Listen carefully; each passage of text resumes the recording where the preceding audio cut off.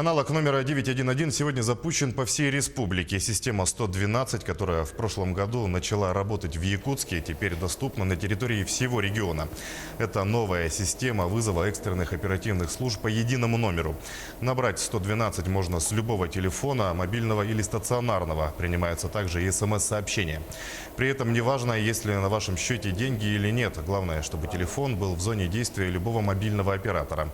Сегодня нажали символическую кнопку запуска системы. Отмечу, всего с начала работы в прошлом году жители Якутска позвонили на номер 112 с просьбами о помощи более 180 тысяч раз. По работе системы 112 с сегодняшнего дня приступили к опытной эксплуатации. То, что касается работы номеров 01, 02, 03, также параллельно будет работать, но основное усилие сейчас по нагрузке это все равно будет 112.